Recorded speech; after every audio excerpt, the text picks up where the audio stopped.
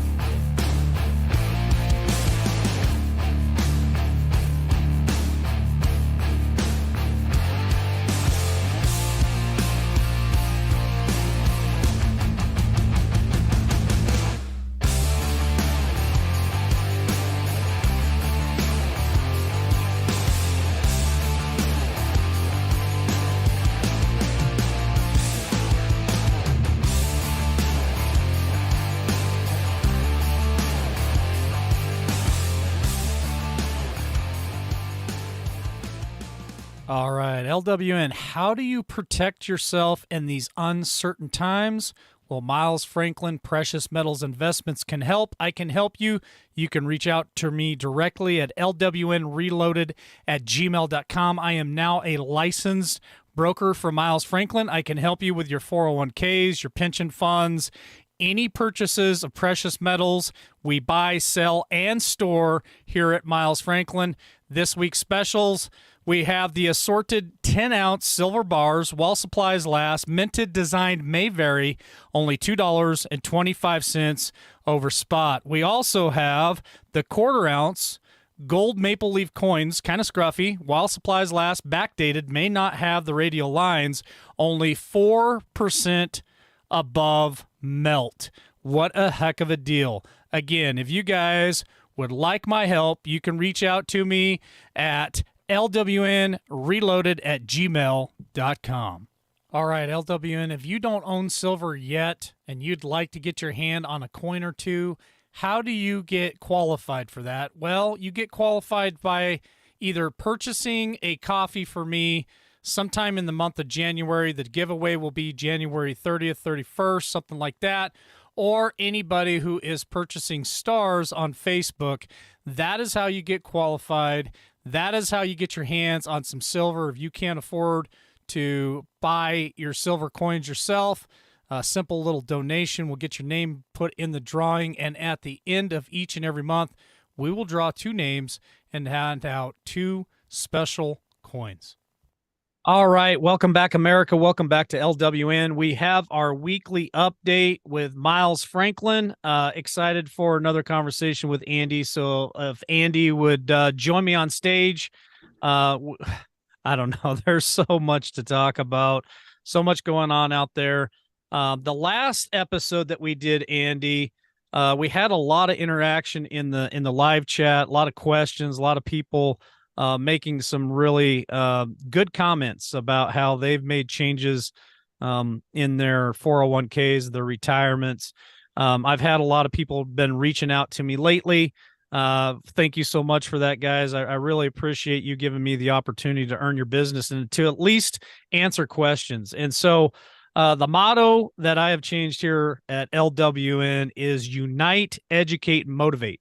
And so tonight, getting an update from Miles Franklin from Andy here is education. And so we hope to educate you guys and maybe help motivate you to make the best decisions for yourself and for your family. So welcome to the show, Andy. Good to be back. Good to see you, buddy. How you doing? I'm staying warm. Well, that's good. It's not hard to do down here in Florida, although we have had a little bit of a cold snap. It's really wild. There were a couple days here where it got into the high 30s at night, and there are iguanas all over the place that fall out of trees when it gets below 40 degrees. They basically I don't know if they hibernate. I don't know if hibernate's the right word. They pretty much go into a coma and they fall out of the trees. So they're all over the ground. It's the craziest thing you've ever seen. Although today we'll have almost 80 degrees and sunny, so it's back to normal. Coming from Minnesota, it's a nice change to be warm in the winter for once. Yeah, Minnesota is a lot like North Dakota. I think they're brother sister there, where the temperatures in the wintertime are at times almost unbearable for man or beast. And I don't think an iguana would survive very well in Minnesota or North Dakota. So it's a good No, when thing. I lived in Minnesota for 50 years, and our warehouse is in North Dakota.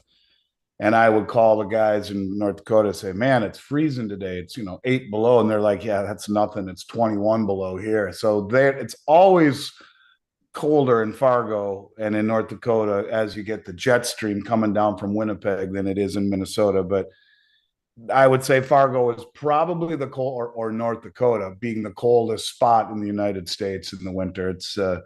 It'll definitely test you. It's not for the faint of heart to be outside. I remember being in Fargo when it was 25 below air temperature and walking a half a block from the hotel I was staying at to our vault. And I mean, it's an experience if you've never felt 25 below air temperature before wind chill. You can't really quite explain what it's like, but it's eye-opening to say the least. Yeah, I tell the story all the time. Crosby, North Dakota is on the border of Canada. You can stand in the town of Crosby, throw a rock, it'll land in Canada.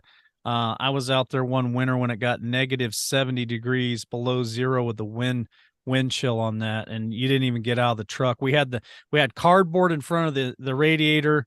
We had the heater cranked up in the truck all the way, and it was blowing out lukewarm air. Yeah. We were sitting on the oil pad, basically just sitting. There was nothing that we could do, and so that brings me to, I guess, what are the temperatures right now when it comes to the U.S. economy, the world economy, everything that's going on that we talk about on these updates, and sometimes folks, things don't really move, and then other weeks it's a huge shift that a lot of people are really paying attention to. So what's the temperature like out there, Andy?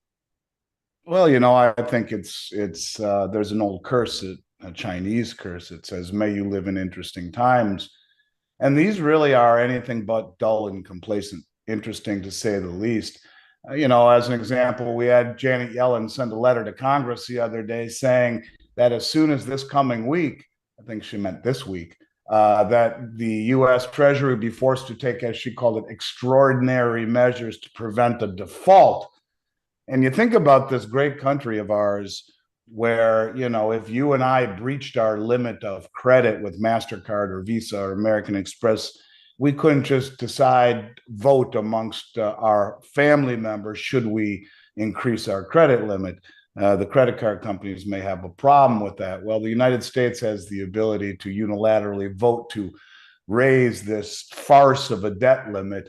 And we're within a few days of the government being unable to meet its obligations unless they raise the debt limit, and they continue to do this. It's almost a joke. It's embarrassing, and we're not sure how long these extraordinary measures will enable us to continue to pay the government's obligations. It's unlikely that cash and extraordinary measures will be exhausted before early June, Yellen said. But what does that mean then? So you got a few months respite, you borrow more money, you spend more money on credit that we don't have to pay these obligations. And then you have the Republicans say, well, we're not going to sign this bill unless there's concessions by the Democrats on spending. Well, we're not going to do that.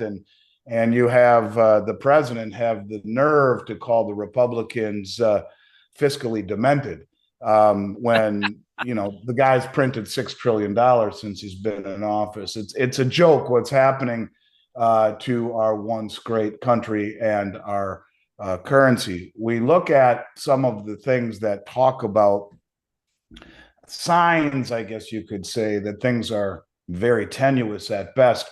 And this is a little bit more of a complex topic, but I'll try to make it easy. There's something called the reverse repo market. The reverse repo market is It is a program that the Federal Reserve has where, in theory, if the banks have too much liquidity, too much cash, they can give it to the Federal Reserve overnight. They buy their treasuries overnight, and then they agree to sell them back at a small interest the next morning. And they do this every single night. So it doesn't look like a long-term loan, even though it goes back and forth every night. There's $2.2 trillion in the reverse repo market right now, a massive amount of money that is getting paid 4.33% to the banks by the Federal Reserve. At the same time, there's $3 trillion in reserves, which are being paid at 4.4% by the Fed. And so, you have roughly 650 million in daily interest being paid to the banks by the Fed, because the banks would rather keep the money in reserve accounts and in the overnight repo market. In total, you're talking almost $5.5 trillion that they would rather leave at the Fed than lend out at twice the rate of return in the form of mortgages at 8%, car payments 8%, home equity loans 8% or more, credit cards 20%.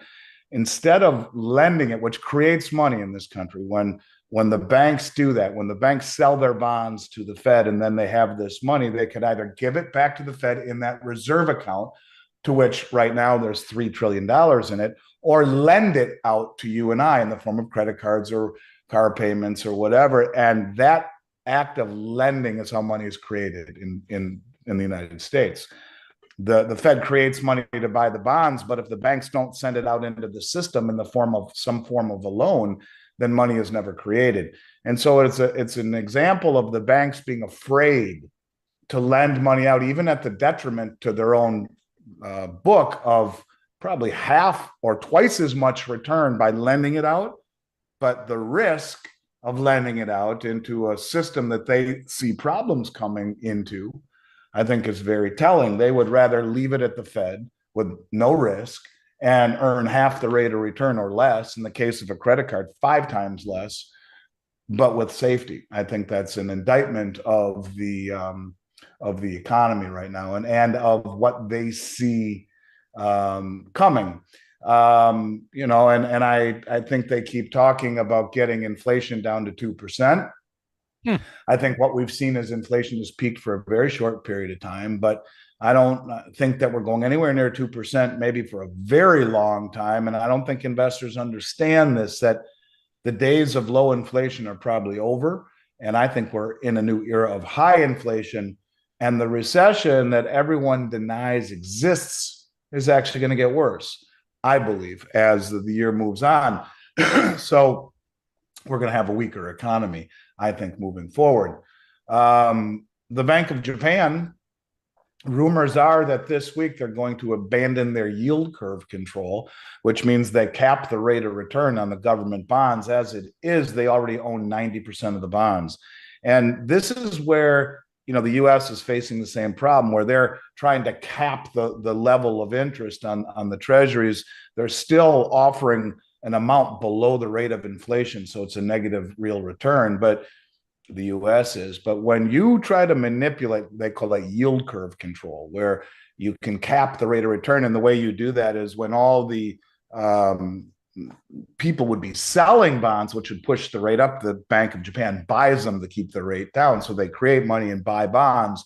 That's very, very, very inflationary. But what it also is illusionary, where the bankers control the rate of interest, not the market. And basically what the market is saying is that, no, the rate should be much higher for investing in a country that is indebted as Japan is at 300. They have, I think their GDP debt ratio is like 300%. They are way more indebted than the U.S. is on a per capita basis. But the bottom line is that this is what we're trying to do, and it doesn't work. And I think this is what we will be faced with at some point too, is not being able to control how high inflation or how high interest rates spike. The problem with that is that as interest rates go much higher, stocks, bonds, and real estate are inversely correlated to a rise in interest rates. And this is why they want to cap it, because as rates go higher, all of the investments in circulation will blow up. And if Japan can't do it, neither will the US. I think this is a microcosm of what we can expect to receive here with our own US dollar. Interesting comment by this week by the FDIC. The FDIC has a board that they call the Systemic Resolution Advisory Committee. And basically, I'm going to read to you a couple of comments that came out of this, and you can Google it and see the video. They held a meeting in November to discuss how the next market crash would occur and what steps would need to be taken to make sure that we don't see a run on the banks, where everyone doesn't pull their money out of the banks at the same time. One FDIC member noted that while institutions will still be able to figure out the dire consequences of an impending financial collapse, the general public should not realize this, because that would lead to unintended consequences.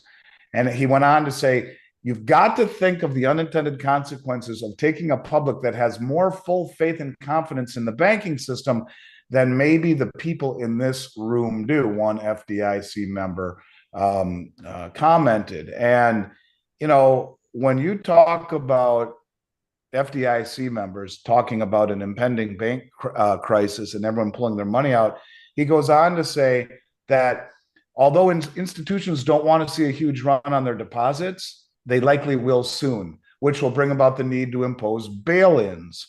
And he says people need to understand that they can get bailed in, but you don't want a huge run on the institutions, because they are going to be. And it could be an early warning signal to the FDIC and primary regulators when these things happen. In other words, you got the FDIC saying that the shit's going to hit the fan and there will be a run on the banks and that they will get bailed in. And we've talked about what bail in means. Let me explain exactly what it means.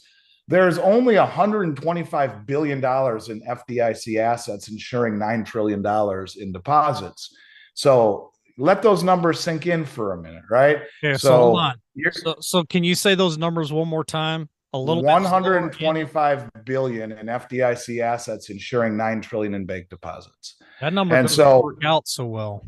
No, it doesn't. And what a bail-in means is that during the pandemic, they lowered the reserve requirements to zero. They used to be, you have to hold 4, 5, 6% of what was on deposit. Now they have zero. So when you give money to the bank, you are in essence an unsecured creditor of the bank. You are not a depositor. You are an unsecured creditor, meaning that you're the last in line to get paid. And what bail-ins mean, it's like it's a new law that was written in 2009 after the bailouts. And basically what it is that you have a system where the bank runs into trouble. They owe a ton of money. And instead of being bailed out by the taxpayers, they get bailed in by the depositors. So in Cyprus, anything over $100,000 was used to bail in the banks or to make them solvent. And then anything that was left over would be divvied back out in a pro rata fashion. If nothing was left over, all the people would get would be shares in what is basically a defunct bank. It's a bad deal. And when you talk about the heads of the FDIC systemic banking crisis division saying there's going to be a run on the banks and the institutions will figure this out, but the public shouldn't, because that will just incite an earlier run on the banks. It's a big deal. It's a very, very, very big deal. And I think people should understand that, we're on thin ice right now. Before we talk about gold, I think it's important to note that there was just a article. Well, there's two articles that I want to mention before we talk about gold. One that just came out. Can I make a comment? Can I make a comment real quick, Andy? Because I think what you just said is eye-opening, at least for me, because you've been on before and you've explained the bail in versus the bail out. So I want to slow down for just a minute and hit that again, because folks, when we had the 2008 financial collapse, the bubble burst on the mortgage companies and stuff, the federal government came in and gave us gave the banks a bail.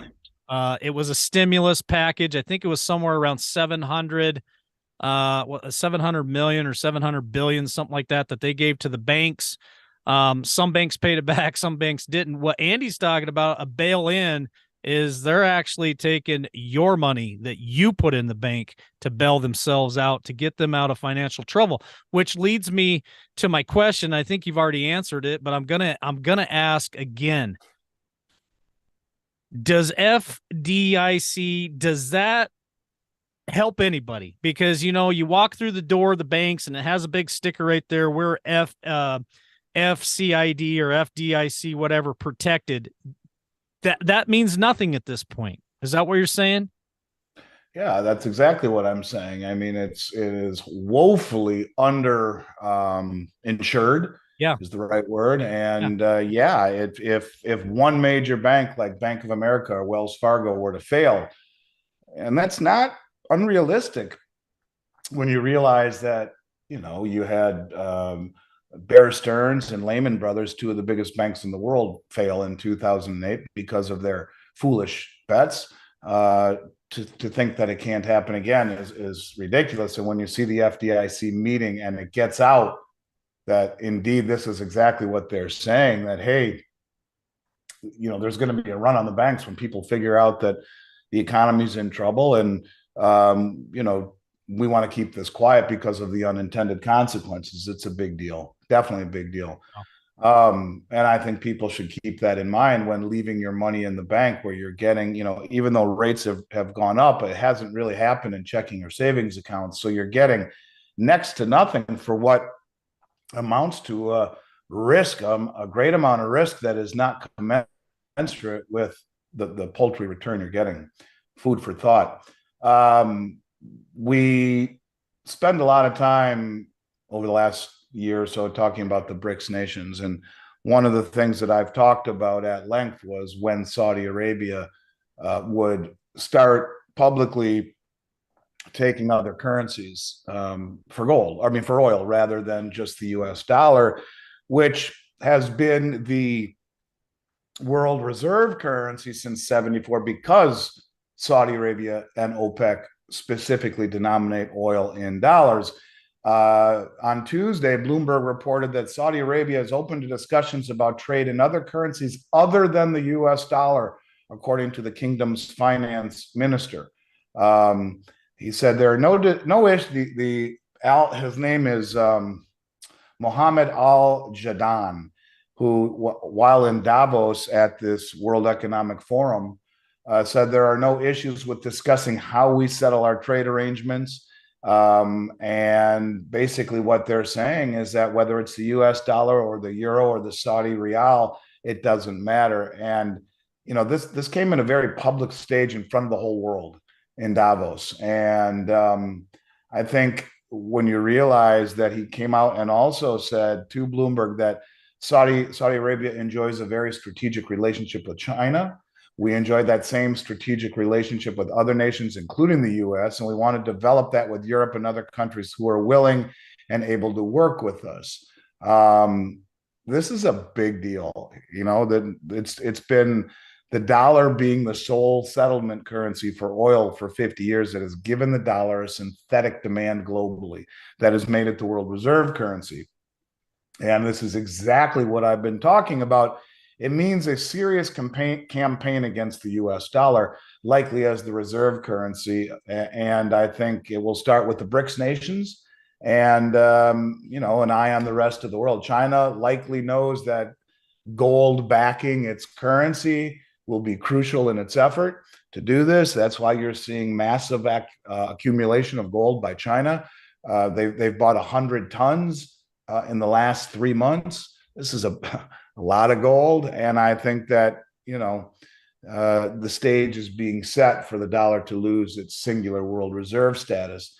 And, when you have a renminbi that is convertible into gold, which it is right now in the Shanghai Gold Exchange, it effectively turns their currency into a global investable asset for foreign holders of renminbi.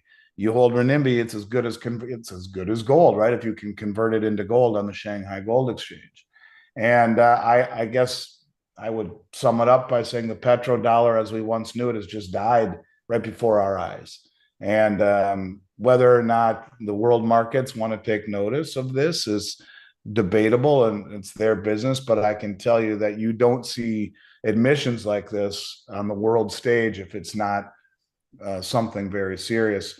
The last thing that I would mention, and happy to, cut it short today or answer any questions you want, is that Bank of America just came out and has put the case forward for gold being a green metal. Now, this whole woke agenda, they call it ESG, which stands for environmental social governance. We talked about that a week or two ago, where the insurance companies, the 401k administrators, the companies like BlackRock, the big funds, they don't have to invest in your best interest anymore. If it, there was a mandate that these fund managers always had to invest in your best interest. Well, if things are environmentally or socially unacceptable, they don't have to do that anymore. And so what's interesting is that you have Bank of America saying that gold is green, and that, to me, it's that the powers that be on the green side understand that they need gold. It has to be part of the world, and I think they're now making it acceptable to own it by saying it's green. It's okay. It's not harmful. And if it's green, it means the massive investment funds are able to own it in their portfolios without upsetting the greenies. They're these woke folks who won't own anything that has a negative impact on the environment. And I think this is a big turnaround in broadening appeal, and sets the table for much broader acceptance of Western gold. I think the message by Bank of America here is own gold, and because most of the things that they're moving away from, like fossil fuels, the whole argument of it is the footprint that it leaves is not green. Well, now that they're calling gold green, what does that say for the future of gold and silver? I think it's enormous, and another reason to consider adding gold to your portfolio and silver right now. Here's a question. I don't know if you have the answer or not. I was having a conversation with my parents, and their bank account, and there's several of them here in this small town, are noticing that the banks are taking funds out, and some of them is up to like $200 for fees. What do you know anything about that, Andy? Are banks now upping their fees to these ridiculous numbers, in my opinion? Are banks shifting to try to, I don't even know what you would call it. Do you have any comment on that? What banks might be doing if they're taking out that much funds annually for people's savings or checking accounts? I have not heard that. I know there are limits to the amount of fees that they can take. Maybe they're hurting because there's been such an exodus out of bank accounts, and you can see that in the M2 numbers. The M2 numbers are at this point the broadest measure of the money supply, but it talks about money in circulation and on deposit in checking and savings. And a lot of that money has been taken out to pay for living expenses in an inflationary environment, but a lot of it's also being taken out because of the systemic nature of the banks. And this is kind of what that FDIC meeting was all about, that you're seeing a lot of money leave the banks and they don't want to run on the banks. So maybe this is their way to make up for the falling revenues by higher fees. I'm not sure, but when you put it all together and you see higher fees, nothing in the way of return, and a very systemic nature or possibility of systemic problems where one bank fails, it brings down the whole daisy chain.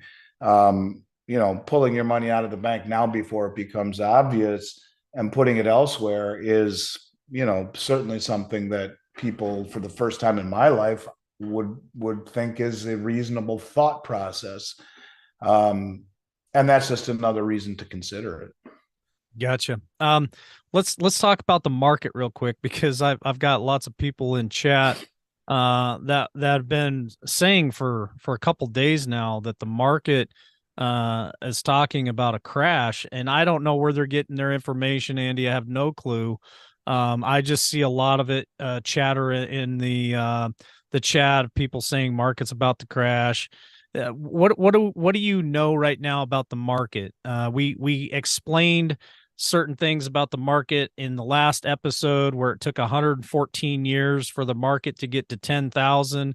Then after the crash in 2008, it only took another 14 or 18 years for it to go from 10,000 points to 34,000 points, which is a gain of 24,000 points. That's a huge leap. What are we seeing in the market today? Because like I said, there's whispers all over the place, and I just take it with a grain of salt. I'm not pushing fear, not worried about the market crashing. If it crashes, it crashes. But are there things that you're hearing in your circle whispering the same type of thing? Yeah, the biggest reason I think people are concerned is that just as bullish as low interest rates and easy money have been for the market over the last several years, it will be equally as bearish when we see the contraction. Think of all the money in the repo market, the inverse repo market. Instead of that money going out into the economy, it's being holed up inside of the reverse repo market. Money was very easy for hedge funds and banks, and interest rates were very low, where the federal funds rates at 4% now used to be at 0 and 1%, where banks could and hedge funds could borrow money at next to nothing. Corporations could borrow money at next to nothing and go into the open market and buy their shares back, which would pop up the value of their share, even though they weren't being maybe more productive, where hedge funds could borrow money at next to nothing and plow it into investments. And it's like a heroin addict. You kept shooting up the addict with more and more monetary heroin. And now you pull the needle back and actually throw all the heroin into a locked cabinet at the Fed. You start to go through convulsions. The market will go through convulsions, and it's kind of like a balloon with a little microscopic hole in it, and it's leaking air. And the only way to keep the balloon popped or full, rather, is to keep pushing air into it. But if you pull the needle away, that being the monetary heroin that the Fed has been giving us for the last 12 years, it's going to start to really, I think, shake and rattle and crack. And you can see that. You can see the instability in a market where the stock market was down 20% this year, or in 2022, and it's still massively overvalued from a price to earnings historical ratio.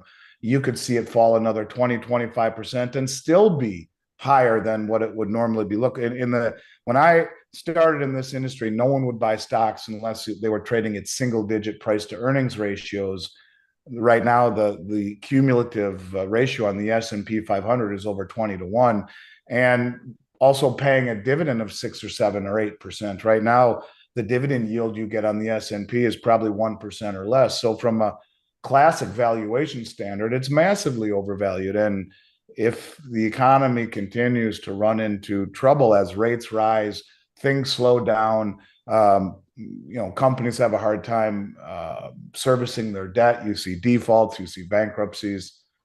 Yeah, the market is certainly, I think, on thin ice, and wouldn't surprise me one bit at all to see not only rates continue to rise, which hurts the bond market, but will also hurt the stock market. And they're not talking about tapering yet.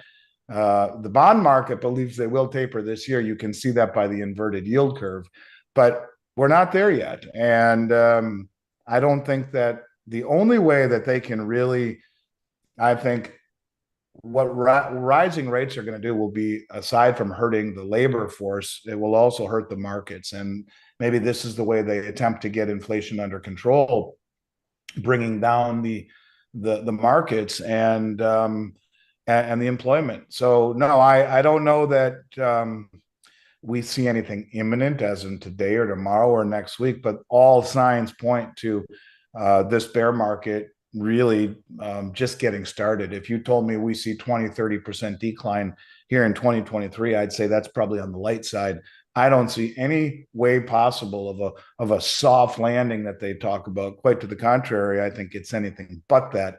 And I think it's very, very risky being in the stock market right now with all of the macro forces against us that are pointing towards continued deterioration in the marketplace. Before November of 2022, the current administration started emptying out our strategic oil reserves to get the price of fuel to come down for political gain, obviously. The current administration continues to pat themselves on the back. Look what we did. We dropped fuel cost. We're helping the American people. He threw some number out on Twitter last week. I just had to shake my head. Says this is the best economy in U.S. history. We're building back better. We're building from the ground up and the sides out. I mean, continuous pat on the back. Yet the reality of the situation is we are at 40 and 50-year high inflation. You go to the grocery store, you're paying $6 for a dozen eggs. That's ridiculous. My parents talked about their power bill went up this month, and we've used less electricity, and the bill went up. They're trying to eliminate natural gas. Natural gas prices are going up. All of this stuff points to an absolute lie from the current administration that things are not as great as they're letting on like they are. They paint this beautiful picture about how great their administration has really helped American people. But I look at the signs that we're in some major trouble. Is there going to be any relief in sight? You've talked about on the show many a times where there's only two ways out of this inflation. And you've talked about they either allow things to continue down the path they're going, or they raise the interest rates. Can you hit that one more time for us, Andy? Can you tell us what are the two logical ways, I guess you would call it, out of this inflation instead of this Biden administration fairy tale that they're just going to keep spending their way out of this recession and the inflation that we have? Well, I don't know that there is an easy way out any longer. We've gone too far down the rabbit hole. The Fed has two choices. They can either continue to print the way that all governments have done and making it easier to pay off the debt. But in a world where the dollar is the world reserve currency, who wants to sell us any of their the party favors from China or the oil from Saudi Arabia or whatever it is that we're buying in a globalized world, receiving back depreciated dollars for their goods? Or how about buying our treasuries, which the foreign purchases of our treasuries are what supports our ability to live beyond our standards. And who wants to buy treasuries that are yielding a negative real return when factored against inflation? And so you can either inflate your way out, but that has ramifications, as we just mentioned, or you can get tough on things. Stop entitlement payments, stop spending, and that has its own issues altogether, and or raise interest rates high enough to slow things down so much. The only problem is because of the suppression of interest rates for so long and the easy money, you have asset prices that have blown up to extraordinarily high, unrealistic levels. Those assets make people feel wealthy. And if you raise rates high enough, those rates will begin to break the market. And as rising rates move inverse to the value of bonds in circulation, so the bonds that are issued that the pension funds own and the insurance companies own and that the public owns will become worth less and less and less and less, creating a massive problem. You create a depression. Rising rates will create a recession, maybe even a depression. So it's either death by recession, depression, or death by inflation. And they're in a pickle. And I don't know what the best way out is, or if there even is a way out any longer without really making tough decisions. And, in 2008, they could have just let the whole system cleanse itself. It's like a forest fire. No one ever wants to see a forest fire and the harm that it causes, but you come back 5 years later and the whole thing has got a fresh new undergrowth and it's healthier. It's actually healthier for the environment for that to happen. And if you push back Mother Nature long enough, I think it only exacerbates the reaction at the end. It's like pushing a beach ball underwater and pushing it further and further and further, and you can feel the pressure building up. But when it pops, takes your head off right at the chin. And I think that's what we can expect to see by, the market being completely controlled, or at least the interest rate market, the cost of money being controlled by the bankers for the past, 15, 20 years. And in that environment, the Fed has increased its balance sheet from 800 billion to 9 trillion. All of that 8+ trillion in investments were in treasuries and mortgage-backed securities. The act of buying those suppressed interest rates, which just exacerbated the problem and enticed people to speculate, to take on more debt, and it created more distortions and illusions in asset prices. Where interest rates were so low, people's homes went up 2-3 times in a year. That doesn't happen. 401ks went up 2-3 times in a year. That doesn't happen. Cryptocurrencies go up 10x. Yeah, it happened there, but it shouldn't happen. Markets don't behave that way. They're bubbles. They're not healthy. And so either we see a inflationary depression, which would be hyper stagflation, where little or no growth characterized by rising costs and taxes, or we see massive inflation where they just continue to print their way out of this problem. Either way, I don't know that there is an easy way out. You have to take your medicine. You have to get some pain in this to get through it. And it's like, if you don't go through that healing process, that forest fire, if you will, you're only going to create greater and greater distortions that ultimately have to be dealt with. We're not there yet, but when we do, it's not going to be pleasant. And that's the reason the politicians keep kicking the can down the road. We want no victims here. We want to educate, motivate our audience. And we talk all the time. It's not just about gold and silver. It's about just preparing to educate yourself to make the best decisions for you and your family.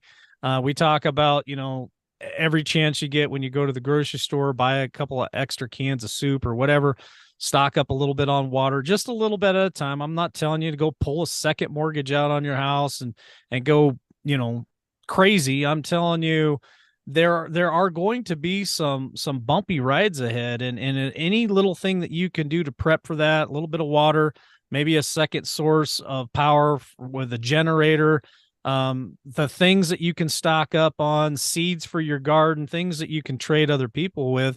And then to me, that is a portfolio for your family. And on top of it, when you add your finances into that, I think to have a secure portfolio, I think moving money to a safe location is also another piece of that puzzle for these bumpy times. That includes your 401k, your pensions, your retirement, cash that you have.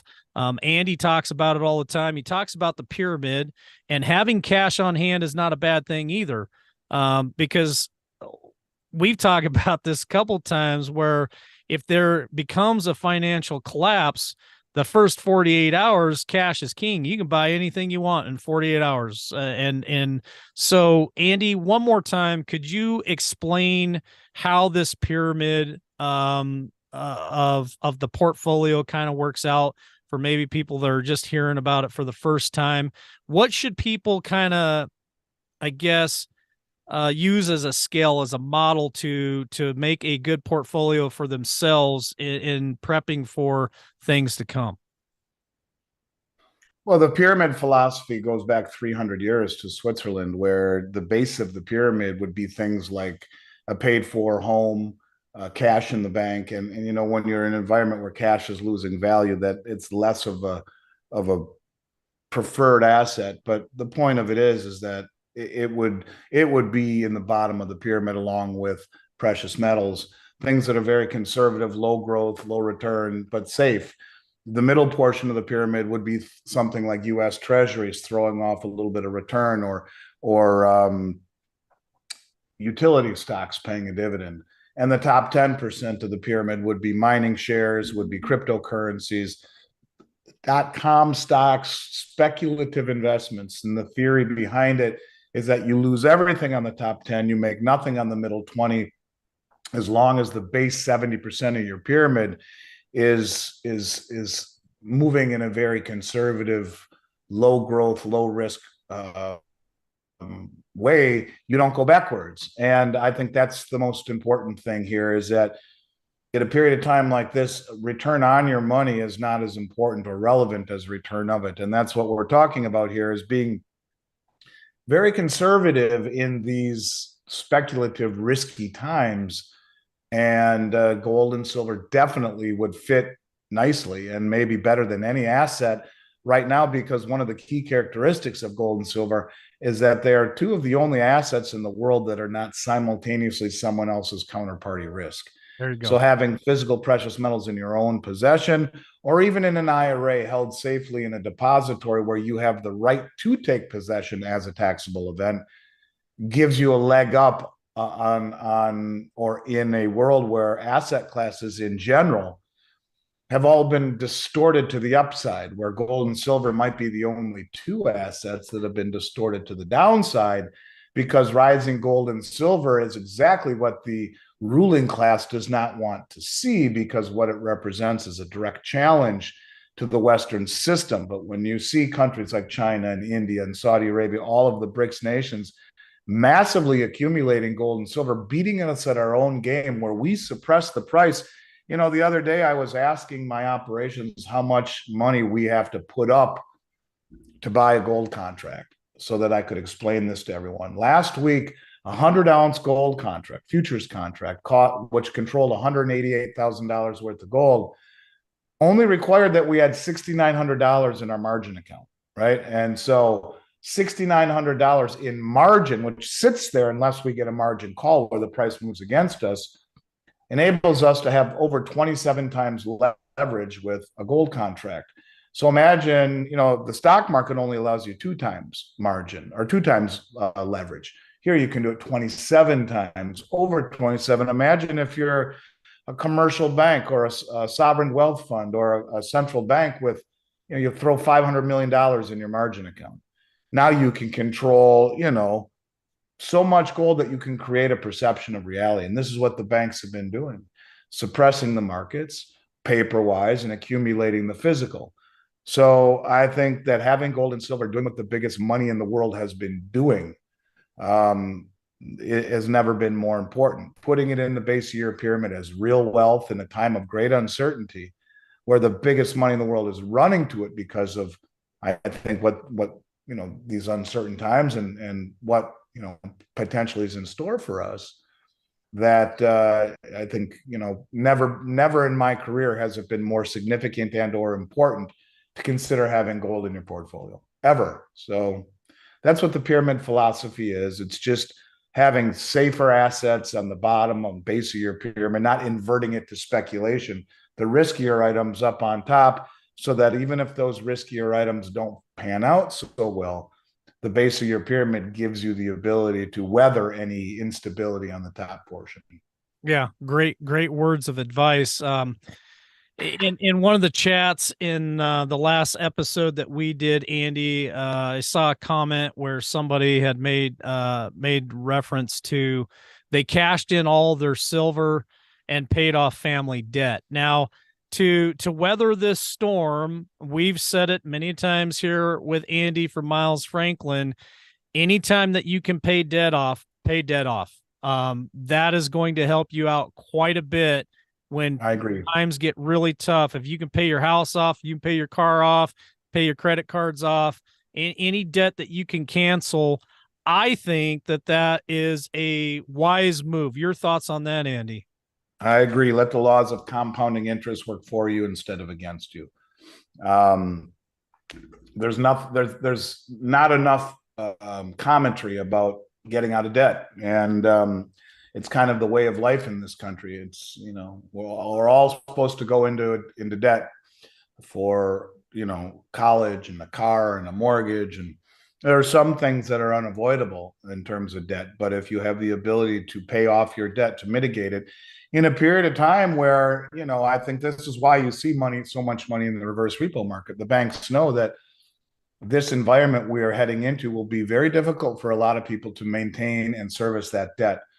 My great-grandparents, who lived in Williston, North Dakota, my grandfather was the heavyweight champion of Williston, North Dakota, way back in I don't know, right around World War II, I would guess. But uh, they lost their farm during the Great Depression um, because they owed just, like $1,000 or $2,000. And back then that was a lot of money. But and then to make matters worse, they discovered oil on it after they sold it. But the point of it is that, you can't service your debt. You could lose your home. That's kind of the idea here, is that you don't want to put yourself in a position with too much debt that you're not able to service it and maintain it. And so paying it off to me is more important than just about anything. Pay yourself first. So you don't have to do either or, you can do both. And even if it means buying 2 ounces of silver along with paying your monthly minimum or your monthly payment on your debt. Keep in mind that credit cards, this is one of the reasons you see rates so high right now. If you just pay the minimum on your credit cards, you're not going anywhere. And the rates are so high that at 18% interest in 4 years, that principal doubles just by paying the minimum maintenance fee. So you want to always pay down the debt itself and don't just pay the interest. But yeah, get out of debt if you can. At the same time, pay yourself first too, even if it's only a few ounces. Make sure you pay yourself first. It doesn't have to be either or, but I would put an emphasis on getting out of debt. Absolutely. Well, another great episode, Andy, and I appreciate you carving out this time for us. I know you're a busy man. We've covered, I think, a lot of great things today, and how to get out of debt, how to build your pyramid, how to prep and prepare for bumpy times. Look at what the the FDIC is saying that Andy's brought to your attention today. The run on the banks. It's just all coming together, and we're just trying to get ahead of that curve and to educate you guys so that you can make those wise decisions. So, Andy, your final thought for today. I appreciate it. What do you want to leave the audience either knowing or thinking about in the next 7 days? Well, we spent a lot of time talking about the FDIC and problems of the banks, right? I want people to let this sink in. For further proof that the world banking system is in major trouble, the second largest bank in the world, the Swiss Credit Bank, is about this close away from bankruptcy and recently received $20 billion from the Federal Reserve of the United States to survive, because evidently the Federal Reserve is the bank of last resort. They're laying off 9,000 workers immediately. Many banks are in the same trouble. Goldman Sachs just laid off 3,000. I think it's time people wake up. When the second largest bank in the world needs to be bailed out quietly with a $20 billion injection by the Federal Reserve, and this bank is in Switzerland, that should tell you that the systemic nature of it, if one goes down, it's a daisy chain. They're all tied together, and they're all systemically tied together. This is what this, and it's no coincidence that the name of that group, that FDIC group that met, was the Systemic Resolution Advisory Committee. And that's why AIG went bankrupt, or was about to go bankrupt, before they were bailed out, because they do reinsurance. They insure and reinsure these banks that have all of these obligations, like derivatives, where the value is based upon the counterparty's ability to pay. Well, if the counterparty goes bankrupt, what does that mean the derivative is worth? Zip. And then they all start to, and then they have it reinsured, and the insurance company starts to get too many forfeitures and defaults. So then they go upside down, just like AIG was about to. Why do you think there's $5 trillion at the Fed right now in reserve accounts and the reverse repo market? Because the banks see what's coming. And when the second biggest bank in the world just had to be bailed out and no one talks about it, you should understand we're getting really close to that moment where this stuff gets real. So I don't know what you should do, but be aware, and don't have too much exposure to the banking system right now, I guess, is what I would leave people with. All right. Well, thanks for joining us today, Andy. I appreciate it. I know you got to go. Last week you showed us your schedule, and it was all back to back. And thank you so much for joining us. I know there are Pleasure's mine, buddy. Worthwhile influencers out there that Andy hops on their channels too, and they have a lot of great information too. So check them out. All right, Andy, thanks for joining us. I'll see you next week, buddy. I'll look forward to it. See you next week. All right, folks. Sounds good. Listen, Andy is here to help. I'm here to help, and it's just shocking to me that we're in the situation that we're in, but it's a lot of self-inflicted. We haven't paid attention. We've allowed politicians to run rampant in DC, and I think a lot of us are starting to finally wake up. You know, it's taken me a couple of years now to really start getting involved and start looking at what's going on in my communities and my state and my country. And so prepare, folks. Get prepared however you can prepare.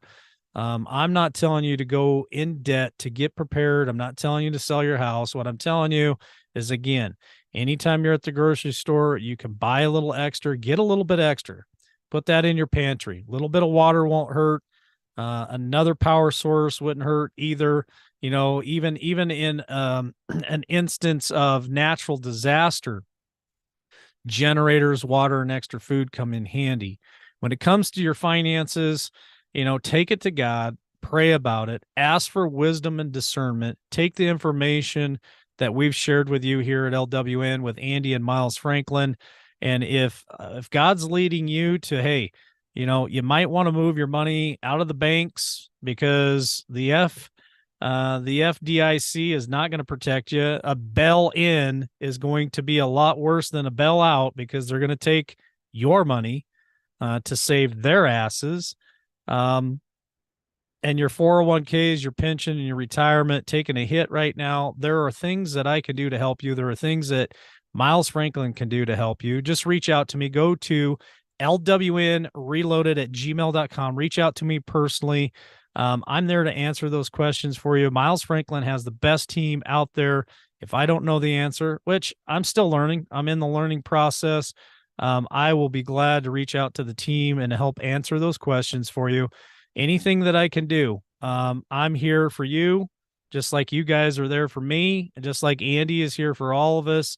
And listen, even the commercials on Hillbilly Television are telling people to take their 401ks, take their pension funds, and sink it into precious metals. That isn't coming from LWN. That isn't coming from Miles Franklin.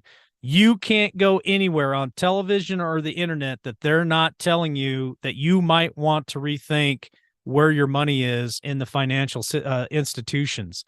And so when everybody out there is screaming at the top of the rooftops, move your money into precious metals, I implore you to at least look at the evidence, look at the information, take it to God, and then pray about it, and just make the best decisions you possibly can for you and your family.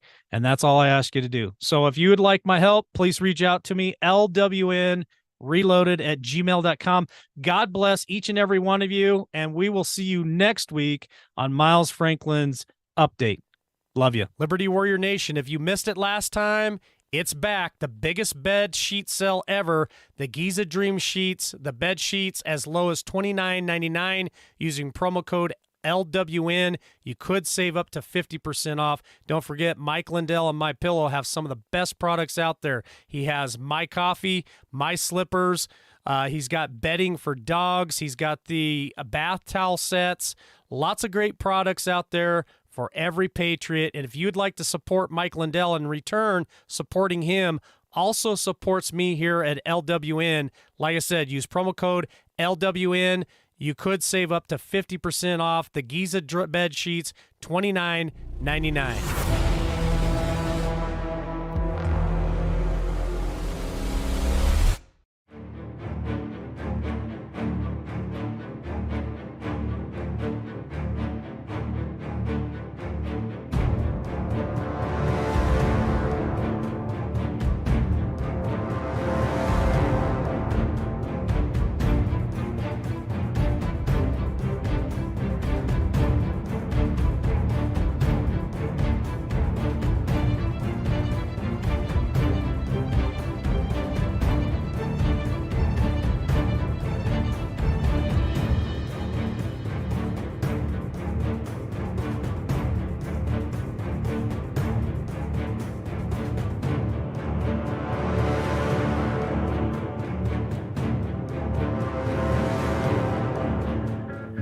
hoping for a sincere performance, but open to finding the moment,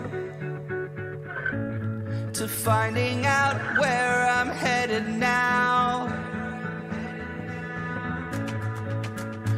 Looking for a sign of disaster, so I can make it there faster. I'm weighing the consequences out. I can see in all directions. It's all open to interpretation, but I see colors that are breaking from the other side, the other side. When I make mountains out of summer trails, when I buckle under all the details, I'll keep going till I make it to the other side, the other side.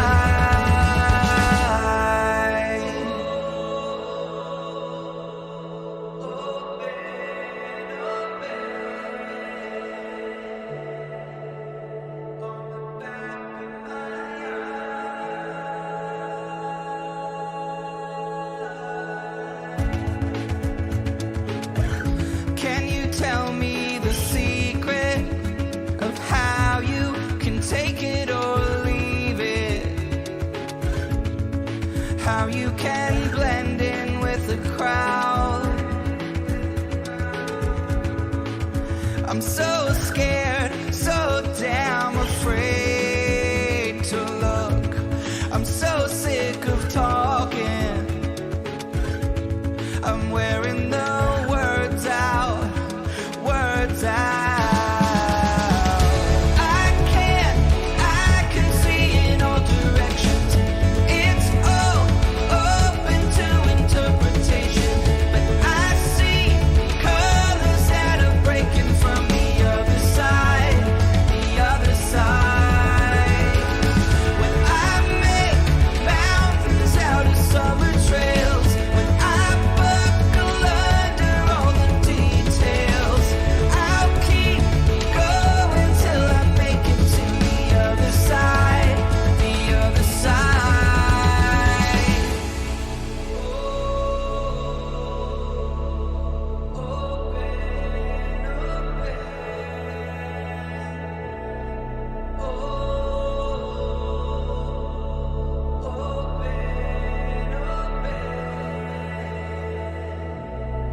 When it feels like everyone's out to get me,